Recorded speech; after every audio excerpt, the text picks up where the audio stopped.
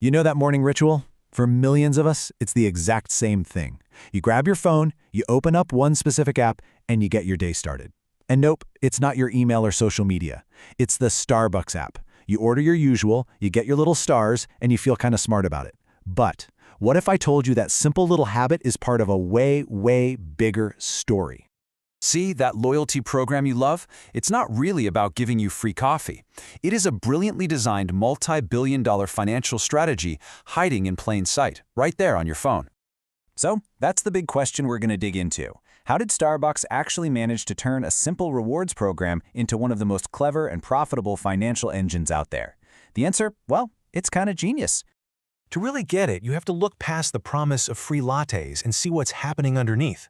Let's call it the loyalty illusion. It all started way back in 2009. And it was pretty basic, like a digital punch card. But the real magic happened in the mid-2010s when they tied it all together with mobile ordering and preloaded payments. That single move basically turned a coffee shop into a tech company. And fast forward to today, it's exploded into this global machine with over 75 million users. So how did they build this whole thing? Well, this is where we get to the absolute core of the strategy. The entire system is powered by one thing, and one thing only: your cash. The process itself, it feels amazing, right? It's super satisfying. You load money onto the app to make life a little easier, you get to collect those shiny little stars every time you buy something, and then boom, you redeem them for a free drink. It's this perfect, addictive little loop. But here's what's actually happening on their end. When you load, say, $25 on your app, you're not just prepaying for coffee. You are effectively giving Starbucks an interest-free loan. In the finance world, they have a name for this. It's called the float. It's the giant pool of cash from millions of customers just like you, all sitting in Starbucks' bank account, waiting to be spent. And Starbucks gets to use that money, all of it, to invest, to build new stores, whatever they want, all without paying a single dime in interest. And the scale of this float is, honestly, it's hard to wrap your head around. At its peak, it has reached over $2.5 billion. Just think about that. That's billions of dollars in free capital just handed over by customers. And get this, there's another layer. It's called breakage. You know how you always have a gift card with like $1.37 left on it that you just forget about? Well, imagine that multiplied by millions and millions of people.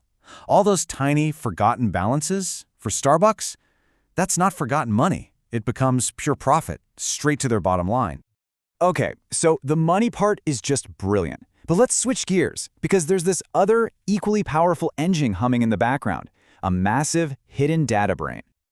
Every single time you use the app, it's learning. It knows your exact drink order. It knows you need that caffeine hit at 2:30 p.m. It knows which buy one, get one offer is going to make you finally try something new. It is literally mapping out your daily habits and routines. So this is where what you think is happening is different from what's really going on.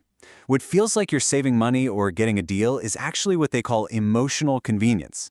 They're making it so frictionless that you just don't even consider going anywhere else.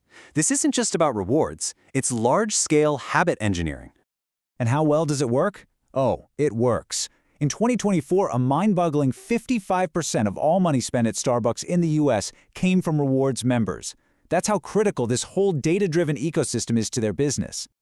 All right, so we've got an interest-free loan system and a huge data collection machine. Now, let's put it all together, because this is where things get really wild. Starbucks isn't just a coffee company anymore. It's a bank, hiding in plain sight. And I am not exaggerating. When you look at the total amount of customer money they hold at any given time, the Starbucks app is, for all intents and purposes, one of the biggest digital wallets in America. Just look at this. The amount of prepaid cash Starbucks holds often rivals and sometimes even blows past the deposits held by actual legitimate digital banks. They're a massive financial player, and they don't even call themselves a bank. But here's the real kicker. A real bank has to follow all these strict government regulations. They have to pay you interest on your deposits. Your money is federally insured. Starbucks, it gets to hold on to all your cash and do none of that. It has all the benefits of being a bank with literally none of the responsibilities.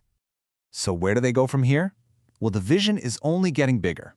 This is evolving from being about coffee into being about a whole new kind of digital currency. Yeah, they are not stopping. They're pushing this model into huge markets like China and India. They're partnering with other companies so you can use your Starbucks stars to buy other things. They're even playing around in Web3 and with NFTs. The end goal seems to be a complete digital ecosystem where your Starbucks balance acts just like its own currency. Which brings us right back to that simple action. The next time you open that app and go to add 20 bucks, just pause for a second and ask yourself, what am I actually doing right now? Because you're not just buying a future coffee. You're adding to a massive, unregulated financial system. You're making a zero-interest loan to a financial technology powerhouse that just happens to sell great coffee.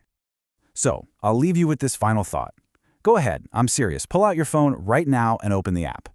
How much of your money is just sitting there? How big of an interest-free loan have you given to the First National Bank of Starbucks? It's definitely something to think about over your next cup.